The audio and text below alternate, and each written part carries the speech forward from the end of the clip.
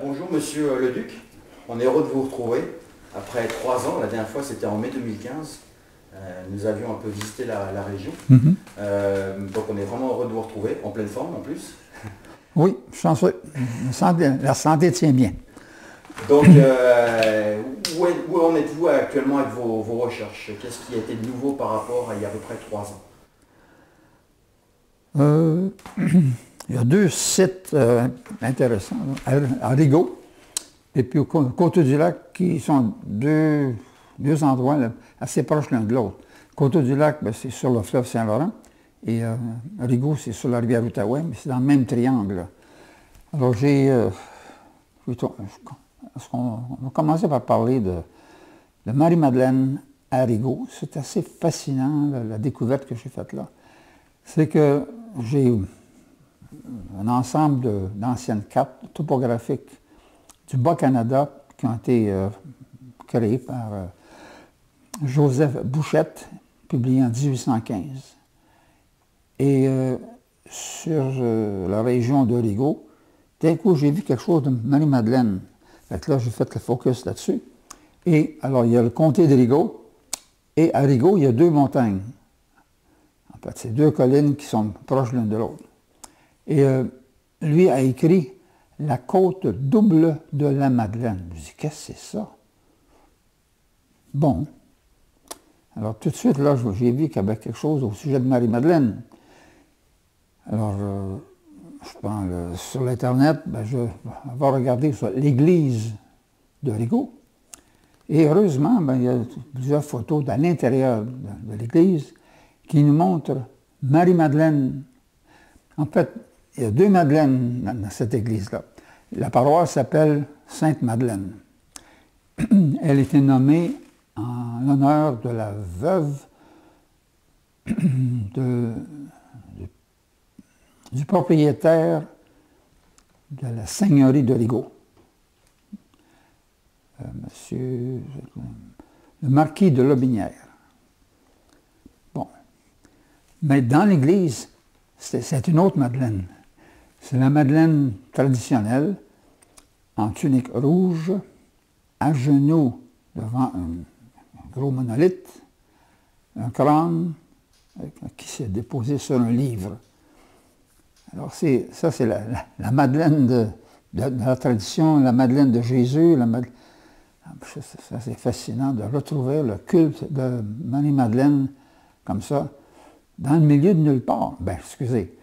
Rigaud, c'est un village important, mais je veux dire, par rapport au restant de la province de Québec, alors j'étais vraiment surpris. Et puis, je me dit, comment ça se fait, ça? Pourquoi à Rigaud? Bon, on pourrait s'attendre à ça à Montréal, par exemple, dans le Vieux-Montréal, qui a eu une tradition en fait, il y en a une tradition de Marie-Madeleine dans le Vieux-Montréal, et puis, parce que Marie-Madeleine, c'est associé aux Templiers. Et bon. Alors ça, c'est un sujet de recherche. Tu me demandes quelles sont mes recherches actuellement. Mes recherches sur les Templiers, ça remonte à une trentaine d'années, et je vais après écrire un livre sur le sujet des Templiers en Nouvelle-France. Mais pour revenir à... Qui paraîtra quand? Vous avez à peu près Pardon? une idée? Qui paraîtra à quel moment? Vous avez à peu près une idée? Disons, dans un an. Dans un an. Parce que là, je travaille avec une agente littéraire, et puis il s'agit d'éditer presque 30 ans d'écriture, de recherche. Bon. Alors, pour revenir à Rigaud, je me demandais, mais comment ça se fait? Qu'est-ce qu'il y a une connexion avec les Templiers? Je n'en voyais pas. Et cette semaine, il y a jeudi, avec une collaboratrice de recherche, on est allé à Rigaud. On est retourné à Rigaud parce que je voulais prendre des photos à l'intérieur de l'église. Parce que les photos que j'avais sur le web, c'était bon, on voulait voir ça de plus près. Donc, on est allé, et puis... une fois rendu à Rigaud, on avait un peu de temps libre, on est allé au sanctuaire de Rigaud. Bon, alors c'est le sanctuaire de Notre-Dame de Lourdes. Et le sanctuaire était assez tranquille, il n'y avait pas de cérémonie. Donc on s'est promené comme ça, puis on est allé un petit peu dans la montagne, comme au-dessus. Le sanctuaire était là, puis il y a un sentier. Et on a découvert un petit oratoire pas grand comme la moitié d'ici, surmonté d'une tour et qui fait face à la vallée de l'Outaouais. Alors, un paysage magnifique en bas comme ça. Mais on s'est aperçu que cette tour-là avait été construite sur une fondation de pierre octogonale. Et là, tout de suite, on peut faire la connexion avec les Templiers, parce que les Templiers construisaient des tours de forme octogonale, comme ils ont fait à Côte-du-Lac, un autre site que j'ai fait des recherches approfondies. Fait que là, je vois bien que Joseph Bouchette, il était au courant que les Templiers étaient passés par là. De qui parlez-vous, Joseph? Joseph Bouchette. Lui qui a publié les cartes. Okay, il était l'arpenteur général du Canada. D'accord. Puis il a fait, la cartographie du Bas-Canada. C'est parce qu'il y avait une mouvance qui existe peut-être encore aujourd'hui, qu'on appelle Rex Deus. Les Rex Deus, c'est une mouvance catholique, mais avec une théologie différente de Rome. Et ça remonte au temps des Templiers.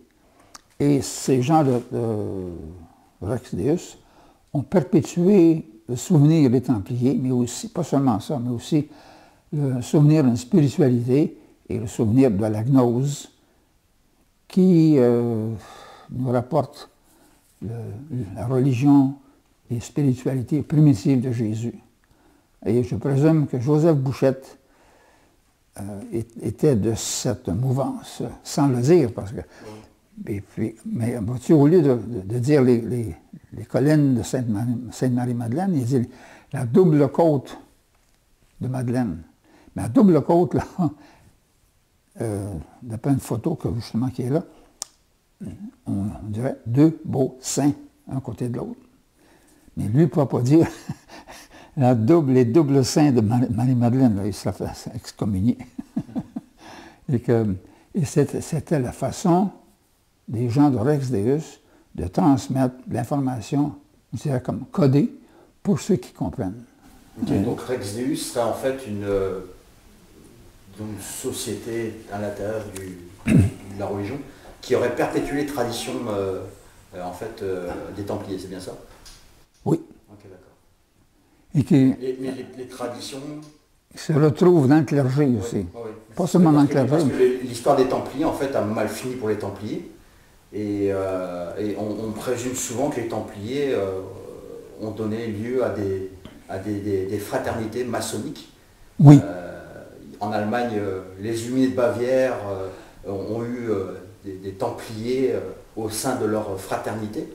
Donc on peut imaginer que ce qui s'est passé après a été, disons, un courant anti-religieux, puisque les Templiers ont été persécutés, on peut le dire comme ça.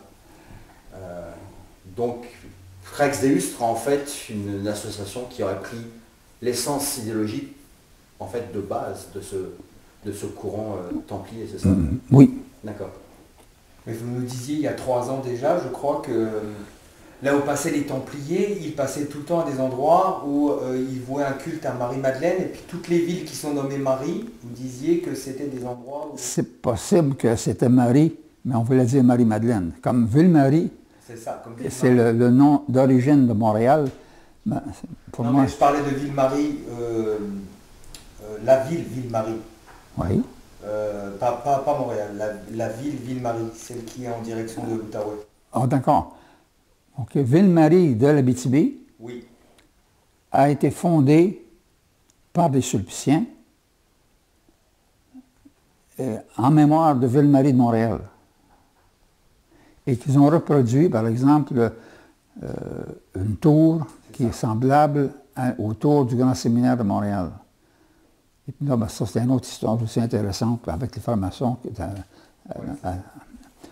Mais pour juste terminer pour les francs-maçons et les Templiers, oui, les francs-maçons n'acceptent pas ça, mais c'est évident que la franc-maçonnerie sont des descendants historiques des Templiers. Parce que ce qui est arrivé avec les Templiers, c'est-à-dire qu'ils se sont lancés, par exemple, dans la construction d'une cathédrale en Europe, à peu près 80 cathédrales. Mais la main-d'œuvre, il fallait qu'ils apprennent sur place. Alors, ils ont pris des paysans, ils ont pris des gens de métier. Ils ont ramassé. Et puis, ces gens-là ont appris les secrets de l'architecture, de la géométrie sacrée. Et ils vivaient ensemble dans des maisons du village. Et c'est ça qui, finalement, ça créait une loge. Et que ça s'est perpétué. Ce sont peut-être des gens qui maîtrisaient ce qu'on appelait le nombre d'or, qu'on oui. retrouve dans l'architecture autant maçonnique que les Templiers leur ont montré, c'est ça. Parce que là, ils prenaient des gens, des paysans ou des gens qui avaient très peu de scolarité, ou pas du tout, mais assez brillants pour être capables d'apprendre quelque chose. C'est ça qui... Mais le paradoxe dans tout ça, c'est que les francs-maçons d'aujourd'hui, en grande majorité, refusent d'être associés aux Templiers. Même si ils ont un des degrés de la franc-maçonnerie, c'est le degré Templier, oui. Et que beaucoup de leurs symboles sont associés aux Templiers, mais ils refusent dur comme fer. En fait, le degré dont vous parlez est dans la franc-maçonnerie anglo-saxonne. Celle qui contient les 33 degrés, de 1 à 33. Oui. Alors que si on prend la loge française, le rituel français, qui lui contient 7 degrés seulement, je ne crois pas qu'il y a de... Et d'ailleurs, c'est ça qui est intéressant, c'est les Templiers se seraient dirigés vers une franc-maçonnerie écossaise, de type écossaise, avec les 33 degrés, une loge maçonnique en fait, où il est quand même requis de croire en un être suprême. Contrairement à la loge française qui est dogmatique libérale et rejette la Bible. Donc, okay. donc les Templiers, ce serait éventuellement partagé, parce que j'imagine que les loges françaises sont aussi, ont des origines aussi avec des Templiers. C'est des détails que j'ai... Ouais, c'est un peu compliqué, ouais. Okay. Bon, qu'est-ce que vous avez trouvé sur les Templiers exactement, sans révéler votre livre évidemment, mais quel est le synopsis, hein, le résumé de votre livre Que les Templiers étaient présents dans le nord-est de l'Amérique du Nord, à partir de Terre-Neuve, en venant jusqu'au Québec, incluant la Nouvelle-Angleterre, parce qu'à la Renaissance, la Nouvelle-Angleterre faisait partie de la Nouvelle-France. Et c'est Verrazano, en 1524, qui a mis la Nouvelle-France sur la carte. Il publie une carte, il marque Nova Francia. Et ça comprenait tout le territoire de la côte, les provinces maritimes, ça montait jusqu'en Ongava et une partie des Grands Lacs. Alors c'était un immense territoire qui s'appelait Nouvelle-France. Il y a une carte de 1570, c'est bien marqué Nova Francia. Donc là, ça remonte Verrazano, c'est 1524. Et puis, il y a d'autres cartographes qui sont passés par après. Donc votre livre, c'est la preuve et les recherches sur la présence des Templiers en Amérique du Nord. Oui. Un peu plus, j'ai fait des recherches du côté de Terre-Neuve, je suis allé à Terre-Neuve. C'est dans le Maine, il y a un site, Fort Edgecombe. Puis après ça... Et vous aviez parlé aussi des écrits de Jacques Cartier, qui disait qu'il avait rencontré les Amérindiens, qui lui avaient dit qu'ils avaient rencontré des gens... Vous vous souvenez, vous nous aviez dit? Oui, des Blancs. Ouais. C'est-à-dire les Indiens blancs. Oui, avec le feu, il disait qu'avec le feu qui sortait de leur... c'est vous qui aviez dit ça, vous vous souvenez? Que les Indiens avaient dit à Jacques Cartier qu'ils avaient rencontré des Blancs avec le feu qui jaillissait. Peut-être, je ne me rappelle pas tout ce que j'ai dit, mais je veux dire qu'il y a beaucoup de témoignages des premiers explorateurs d'avoir rencontré des Indiens blancs. Et on en a ici dans le canton de l'Est, à Odanak. Les Abénakis sont des Indiens blancs, des Indiens de souche, probablement du pays de Galles. Parce que il y a Prince Madoc, en 1170, il est parti avec 10 bateaux. Il fallait être bien financé pour équiper 10 bateaux pour s'en venir en Amérique. On ne sait pas exactement où ils sont allés, mais c'est entendu qu'ils arrivaient sur la côte, là. Probablement Nouvelle-Angleterre.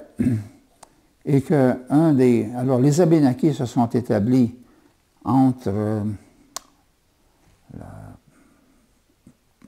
l'embouchure de la rivière Penobscot, dans le Maine, jusqu'à peu près Cape Cod, c'était leur territoire. Et qu'ils avaient un pied à terre, le coin le plus important, c'était justement là, Pentagoet, près de l'embouchure de la rivière Penobscot. Alors c'est là que... Et après, ben, ils ont été dispersés, les Britanniques les ont déplacés. Puis là, ben, finalement, au début de la colonie française, il y avait 2 groupes d'Abénakis.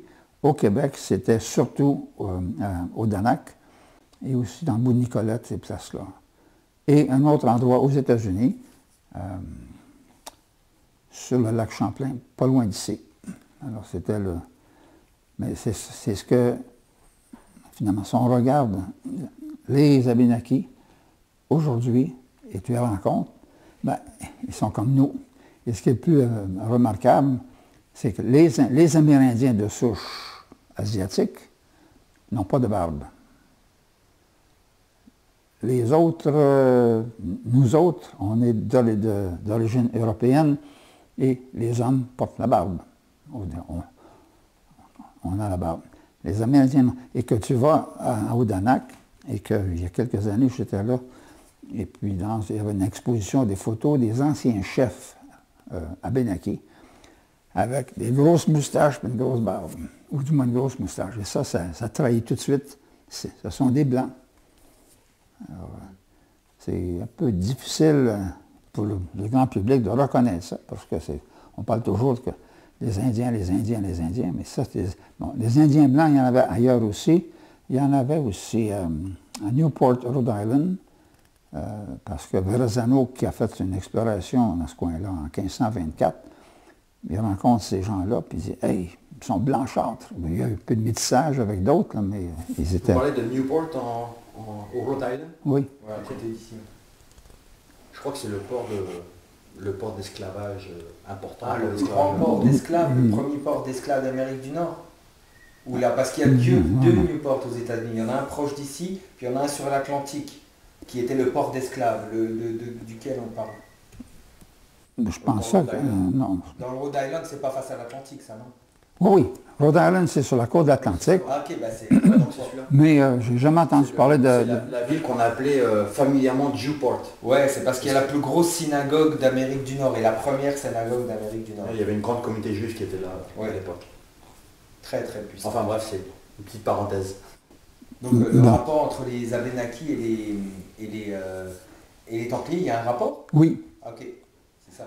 Parce que les Templiers se sont établis à côté des Abénakis qui étaient sur la rivière Penobscot. Et puis, alors, même si, OK, chez les Templiers, il y avait des moines guerriers avec le vœu de chasteté, mais il y avait d'autres Templiers qui étaient plutôt comme, qui étaient mariés et qui s'occupaient des travaux d'entretien, des travaux ménagers, des choses comme ça.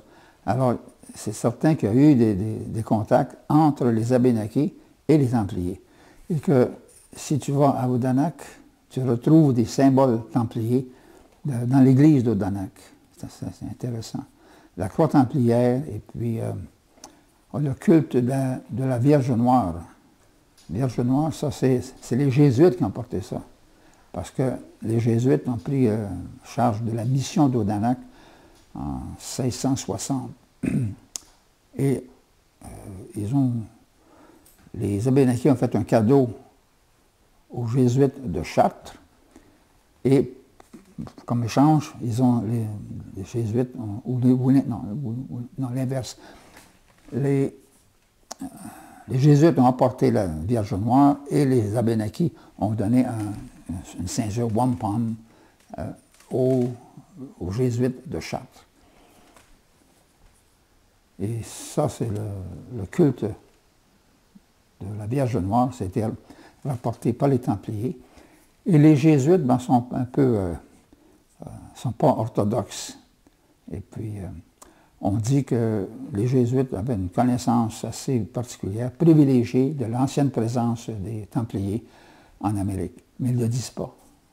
C'est comme il y a d'autres sociétés, d'autres congrégations religieuses aussi qui ont eu on voit bien d'après les archives, d'après l'iconographie, qu'il y a une influence des Templiers. Mais quel est l'intérêt de ne pas le révéler finalement? Vous avez raison. C'est difficile à dire. C'est caché, caché, caché. Peut-être parce qu'ils ont honte des Templiers. Parce que les Templiers ont été condamnés pour hérésie et sodomie. Ça, c'est les deux pires accusations. Eh bien, ils l'ont payé cher aussi, on le sait. Et c'est probablement pour ça aussi que les francs-maçons refusent de reconnaître une descendance chez les Templiers. Parce que mais là, ceux qui auraient été au contact des Abénaquis, est-ce que ça aurait été parce que, bon, si les Templiers étaient partis d'aussi loin, c'est qu'ils fuyaient, au fond. Ils fuyaient ce qui leur est arrivé. Et donc, est-ce que ces Templiers seraient au fond des Templiers qui ont perpétué la tradition ou qui auraient renié Dieu et qui auraient adopté le mode de vie abénaki? C'est possible. Mais je crois que les Templiers étaient ici avant la persécution, bien avant ça. D'accord. Ah oui. Okay. Vous dire avant Philippe le Bel? Oui, oui. Okay. L'année passée, j'ai découvert... Et donc, excusez-moi, mais donc ils n'auraient pas été au courant du tout de ce qui se passait en Europe pour ceux qui étaient restés en Europe? Ben, dire que... il peut y avoir des échanges encore, ouais. par bateau. Les nouvelles peuvent peut-être circuler encore. On sait que les derniers Templiers se sont sauvés de France un peu avant l'arrestation. Et que c'est possible qu'il y avait d'autres moyens de communication qui ont survécu, puis que d'autres, bon, parce qu'il ne peut pas arrêter tout le monde en même temps. Mais ça, c'est une chose aussi qui commence à sortir, c'est que les Templiers ont été avertis d'avance de ce qui s'en venait et que c'est la raison pourquoi on ne retrouve rien. Bon, le trésor en argent ou en archives, en livres, c'est disparu. Parce que ça a été caché en quelque part, on ne sait pas où. En Europe ou bien en Amérique, on ne sait pas. Mais on a même une date. C'est Rennes-le-Château, le mythe de Rennes-le-Château. Ça, c'est un autre. Rennes-le-Château, en France. Il y a des légendes de trésors un peu partout. Ils ont des touristes chaque année qui viennent avec des détecteurs de métal pour trouver le trésor de Vous avez fait d'autres découvertes sinon, donc on a parlé de Marie-Madeleine, des Templiers, et vous vouliez peut-être nous parler d'autre chose?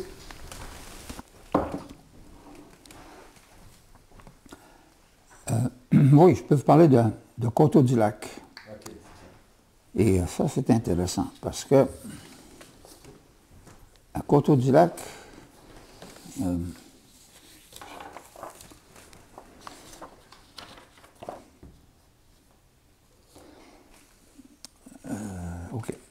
c'est considéré comme un fort construit par les Britanniques en 1812, 1814. Non, avant 1812, avant la guerre de 1812, que les Britanniques ont armé Coteau-du-Lac et que tout ce qu'on voit sur le site de Coteau-du-Lac, qui est bien préservé, bien entretenu par Parc Canada, et c'est ouvert au public, bon, c'est intéressant, et qu'un des sites sur le Coteau-du-Lac, c'est un promontoire, un grand promontoire qui arrive au-dessus de la rivière. Là, la hauteur, je ne me rappelle pas trop, là, mais en tout cas, c'est, je dirais, peut-être une dizaine de mètres de haut à l'extrémité. Et j'ai obtenu une collaboration d'une photo aérienne par Google Maps. Et tu regardes cette photo-là, puis tu dis, ce promontoire qui est un peu triangulaire, avec une délimitation très uniforme. Je dis, ça, c'est pas naturel. Et j'ai montré la photo aérienne à un archéologue de Montréal, qui lui a beaucoup d'expérience avec les mound builders des États-Unis. Et puis, ben, j'ai dit que je crois que c'est pas naturel. Il dit, tu as raison. Alors, ça, c'est une découverte importante parce que là, ça date de 5-6 000 ans. Et que sur le dessus de ce promontoire-là, où les Britanniques ont installé des canons en 1812, quand le Parc Canada a aménagé le site, ils ont découvert une vingtaine de squelettes sur le dessus du promontoire. Donc, et qui ont été datés à 5-6 000 ans. Ah, bon, en fait là, ça veut dire qu'il y avait des gens à une capacité, une culture, une capacité de technologie, de construire un promontoire de cette envergure il y a 5-6 000 ans. Puis, en même temps, ben, je faisais des recherches sur le site de Coteau-du-Lac et que un peu partout sur le site, il y a des structures de pierre, des fondations de pierre. On dit, bon, ici, ça, c'était un emplacement de canon. Ah, ça, c'est de la boulangerie. Ça. Il y a un site en particulier qui est intéressant parce que quand j'ai vu ça, il y avait une affiche, on disait que c'était la maison du commandant. Je trouvais ça bizarre. Au début, je pensais que ça aurait pu être une chapelle de Templiers. Mais après ça, ben, la recherche que j'ai faite, non, les Templiers n'avaient pas des chapelles de cette façon-là. J'ai dit, mais ça pourrait pas dire, est-ce que ça pourrait être une sorte de temple exotique? Et je suis tombé sur, pour quelque intuition ou quoi que ce soit, sur la description d'un temple en Israël, puis que j'ai acheté le livre, un bouquin sur les fouilles archéologiques qui ont été faites sur le temple de Lachish en Israël, et je regarde les fondations qui sont illustrées dans le livre, et les fondations qu'on a faites ici, puis que ça se ressemble tellement proche. Donc, on peut dire qu'il y a une connexion culturelle. Je n'ai pas de preuves, mais il y a une ressemblance assez frappante entre les fondations du temple de Lachish en Israël et celles qu'on retrouve ici.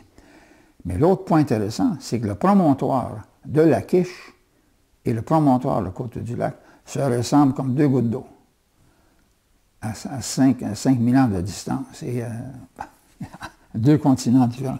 Donc là, il y a des choses comme ça qui sont assez troublantes. J'ai dit, ça se peut-tu? Les chiffres sont là, les datations. Les datations de radiocarbone, ça c'était fait, les squelettes de 5 000 ans, 5-6 000 ans, faites par Parc Canada, les archéologues de Parc Canada à l'époque. L'archéologie officielle finalement. Oui, oui. Pas l'archéologie qui vous renie, vous. Non. Celle qui approuve. Oui, c'est ça. Ok, d'accord. Et puis, ben, j'ai un rapport de Parc Canada qui dit ça, qui donne les chiffres, puis des photos, etc. Donc là, ben, c'est ça qui est assez fascinant, que Coteau-du-Lac a été occupé il y a 5-6 000 ans. S'il y a pas de ça à Coteau-du-Lac, ben c'est OK. C'est dans les rapides de Coteau-du-Lac qui, à l'époque, étaient très, très violents. Parce que, vers les années 50, Hydro-Québec a construit un barrage en amont pour forcer une bonne partie du débit du fleuve Saint-Laurent sur la rive sud à Beauharnois pour alimenter la centrale électrique de Beauharnois. Mais avant ça, les rapides de Coteau-du-Lac étaient très, très violents. Et qu'au temps de la colonie française, on voulait remonter le Saint-Laurent pour aller dans les missions, pour aller aménager des forts de défense dans la région des Grands Lacs. Mais comment remonter avec ces barrages, avec ces rapides? Et ce qui reste encore aujourd'hui, c'était comme un espèce de canal qui a été aménagé pour contourner le promontoire et qu'on a aménagé du terrassement et aussi un aménagement de la maçonnerie. Alors, on a créé un canal qui était ouvert sur le fleuve. Mais le courant était bien diminué. Alors, ce qu'on faisait à l'époque, c'est que pour remonter, on pouvait marcher dans l'eau, disons, jusqu'aux genoux, sur un fond solide de roc, et il y avait 2-3 hommes qui tiraient des embarcations dans ce rigolet jusqu'à temps qu'on a évité Mais on dit que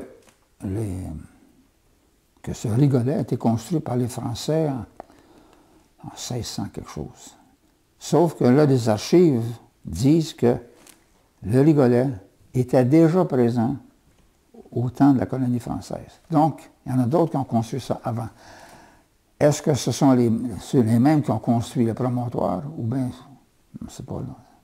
Mais ce qui était, c'est que dans la maçonnerie, le long du rigolet, on trouve des pierres qui ont été avec des trous de forage, et c'est un forage mécanique. Alors, ce n'est pas les Français qui avaient ça, ce n'est pas les Indiens non plus. Fait que là, c'est une autre culture.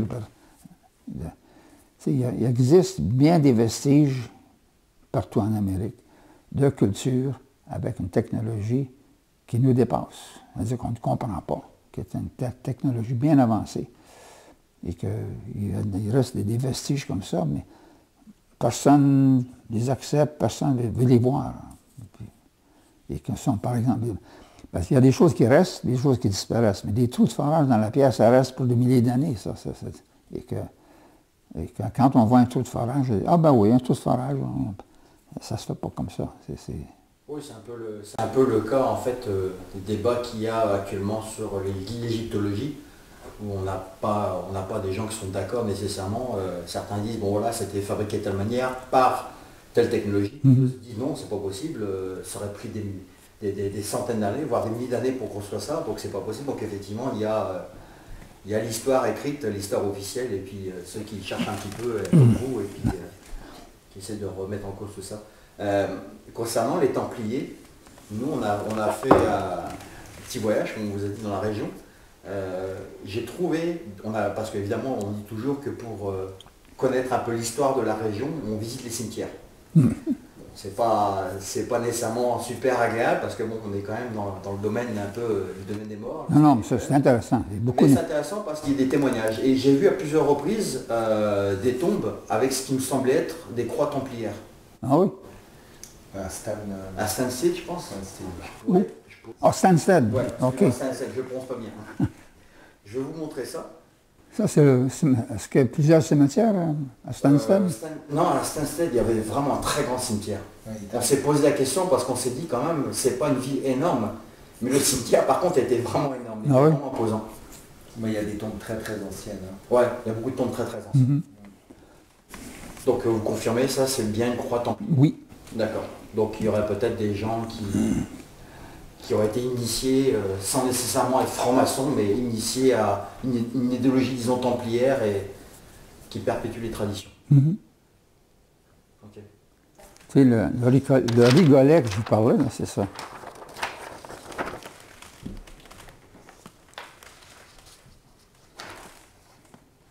Mais comment des bateaux peuvent passer là? OK. Là, c'est à sec. Il n'y a plus d'eau aujourd'hui parce que le niveau de la rivière a baissé suite à la construction du barrage dans les années 50. Mais à l'époque, il y a un dessin qui illustre comment on remontait ce rigolet-là. Mais ça sous-entendrait donc qu'il y aurait d'autres preuves. Parce que s'ils ont fait un rigolet, ça veut dire qu'ils faisaient du commerce, donc qu'ils faisaient traverser des... Donc forcément, il y aurait d'autres traces d'eux ailleurs, puisque s'ils ont fait ça. Oui. Oui. Mais là, qui a fait le rigolet? Ça a été fait, tout ce que je peux dire, ça a été fait avant la période française, de la colonie française. Parce que, justement, je suis tombé sur un écrit d'archives, c'est le gouverneur de Québec qui dit, bon, allez nettoyer le rigolet. Donc, ça veut dire que le rigolet était déjà en place. Et que ceux qui sont arrivés, il y avait une excursion, et que le Français qui s'en allait pour remonter le fleuve. Et puis là, ils ont rencontré des Indiens à Coteau-du-Lac. Et puis, ils les ont remis. Eux pensaient que c'était les Indiens qui avaient fait le rigolet. Mais non, c'est pas pour ça. Mais un autre sujet connexe à Coteau-du-Lac, c'est que vers 1812 à 1813 et un peu plus tard, les Britanniques ont ouvert le premier canal à écluse au Québec. Parce que, qui est encore visible aujourd'hui. Et j'ai étudié pas mal l'étude, le travail qui a été fait pour ce canal. Et je crois que le canal existait avant que les Britanniques l'aménagent. Parce qu'il y a des... Parce que, si on donne l'histoire, le nombre de personnes qu'on a envoyé travailler là-bas, il n'y a pas de qualification, il y avait... Et que je crois qu'ils ont réaménagé un vrai canal parallèle qui traverse le promontoire, la péninsule, et qu'ils ont pris le crédit d'avoir fait ça eux-mêmes. C'est ça que j'ai écrit ici. Là. Il est où ce canal? À Coteau-du-Lac. Ah, ok. Donc il y aurait un rigolet plus un canal? Oui. Ok.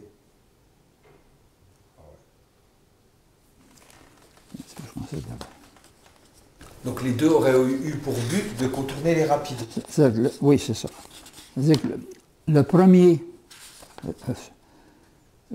rigolet, ça c'était pour des petites embarcations qu'on tirait à bras. Ah, puis le canal c'est pour les plus grosses embarcations. Oui, plus tard. Okay. Avec un système d'écluse et de changement de niveau d'eau pour permettre de passer d'en bas en haut. On remontait le canal avec un système d'écluse. Donc ça sous-entend que si ce n'est pas les Anglais, ça veut dire que c'est d'autres personnes, donc ils avaient aussi des embarcations qui sont d'une bien meilleure qualité, d'une meilleure conception que les barques. Oui, c'est ça. Ouais. Donc ils faisaient du commerce à plus longue distance, donc on devrait trouver d'autres traces ailleurs. Si on les cherche. Ouais, le problème, c'est qu'on ne cherche pas. C'est-à-dire parce que pour chercher, il faut avoir une hypothèse. Hein? Bien sûr. Il faut se poser une question. Mais c'est les historiens et les archéologues d'aujourd'hui ne posent pas cette question-là parce que ça n'a pas de bon sens. C'est parce qu'on dit que les Templiers en Amérique, ça n'existe pas. Là, il y a un livre qui vient de sortir. J'ai un ami français qui m'a apporté ça il y a 3 semaines. Je commence à le lire. Et le titre du livre, c'est Les Templiers en Amérique. Non, c'est de M. Wirtz, W-Y-R-T-H.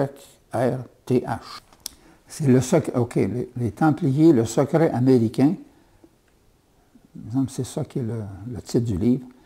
Et c'est un livre qui est très bien fait. Jusqu'à date, là, la première partie parle beaucoup des Templiers en Europe, comment ils sont devenus riches, comment...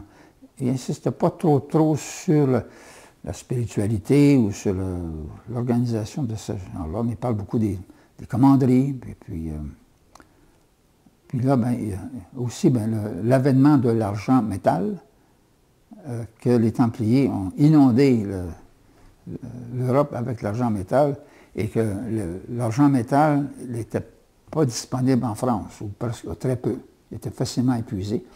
Et que ça, il a rejoint Jacques de Mayeux, que vous connaissez, qui a écrit justement sur les Templiers. Il a écrit un livre, Les Templiers en Amérique, et qu'il explique comment est-ce que les Templiers ont exploité l'argent au Mexique et aussi au Brésil. Et là, c'est à peu près un tiers du livre de Wirtz que j'ai lu. Fait que, mais ça conformerait un peu vos hypothèses. Quoi. Ben oui. C'est que si on regarde les bâtiments que je présume que les Templiers ont laissés ici, alors ça, par exemple, à Terre-Neuve, à Ferryland. Après ça, Pentagoet, ça c'est dans le Maine. C'est un rapport d'archéologues qui ont fait des fouilles sur le fort Pentagoet.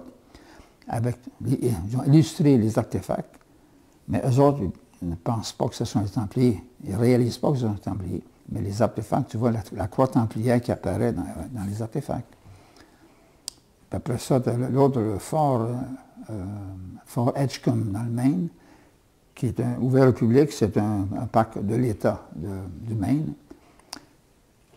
Il n'y a pas de croix templière sur place, sauf qu'il y avait un blockhouse de forme octogonale, et ensuite de ça, les fortifications qui sont encore en place dépassent l'entendement, en ce sens qu'elles ne pouvaient pas être construites par les soldats de 1812, parce qu'on dit que tout le fort a été construit en 1812. Et que j'ai perdu des amis dans le Maine qui demeurent pas loin de Fort Edgecombe, et c'est eux qui m'ont fait découvrir le fort. Et quand j'ai commencé à dire que ça venait des Templiers, ils m'ont renié. Et on s'est perdu de vue. Ils refusent de communiquer avec moi. On connaît ça aussi. C'est ça. Et puis après ça, l'autre découverte intéressante, c'était dans la ville de Québec. C'est le beau-frère de ma conjointe qui a fait des études sur les moulins à vent du Québec. Une étude publiée, les moulins à vent du Québec. Un gars très, très bien renseigné. Et puis, il est venu ici l'année passée. Puis, il me parlait qu'il y avait deux sortes de moulins à vent.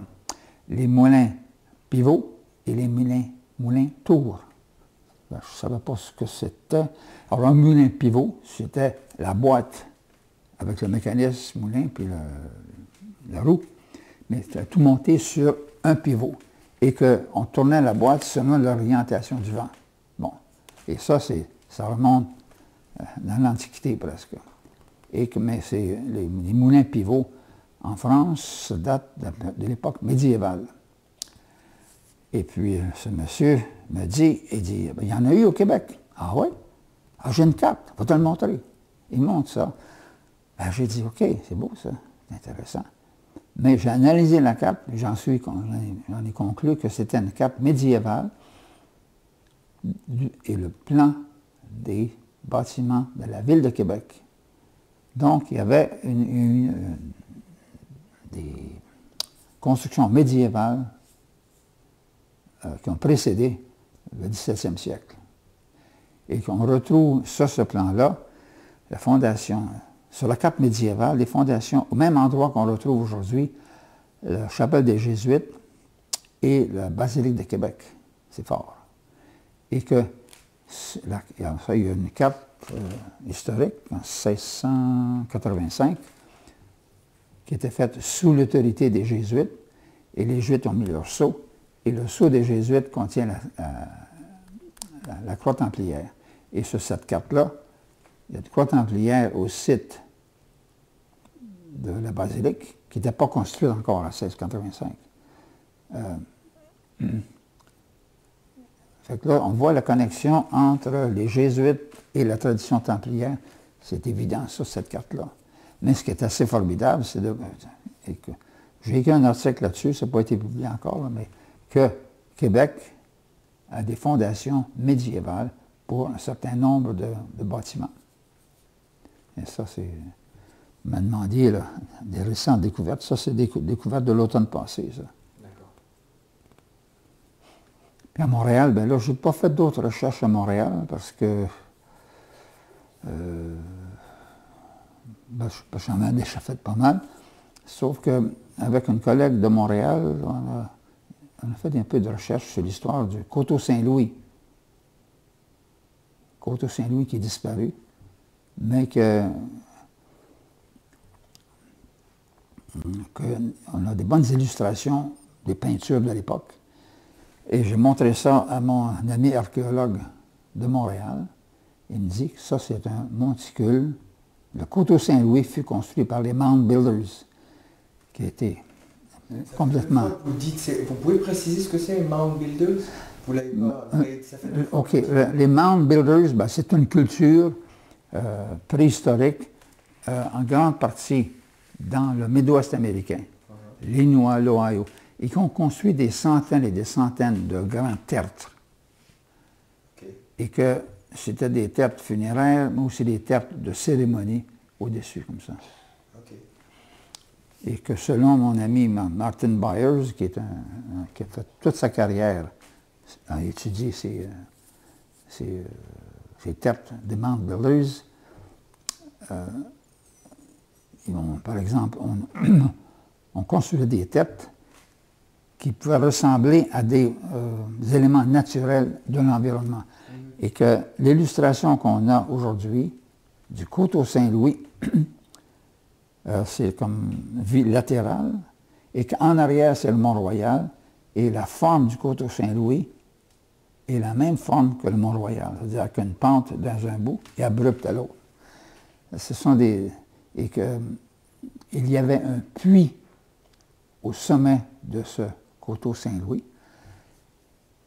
Ce n'était pas un puits pour de l'eau, parce que l'eau ne monte pas. C'est bizarre parce qu'on a eu la même impression au mot Horse Head tout à l'heure. On a eu l'impression que c'était naturel, mais qu'en fait, il y avait, on aurait dit, une construction tout en haut. C'était très abrupt et puis les pierres avaient l'impression de...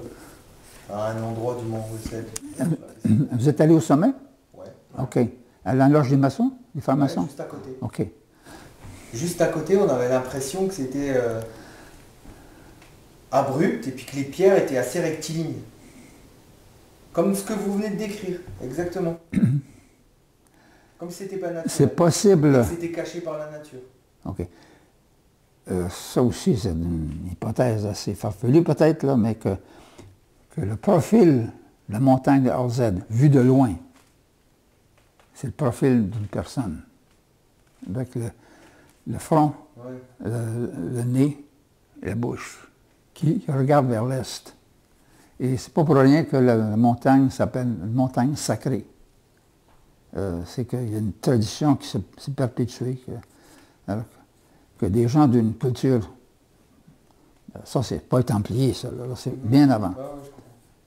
Mais que les Templiers, OK, pourquoi les Templiers sont allés à ces endroits-là, ont adopté ces endroits-là, et que les francs-maçons ont adopté RZ comme le lieu de réunion au solstice d'été, mais ces francs-maçons de Stansted, ils ne connaissaient pas tous les cantons de l'Est. Alors, ce sont probablement des Abénaquis qui leur ont transmis l'information.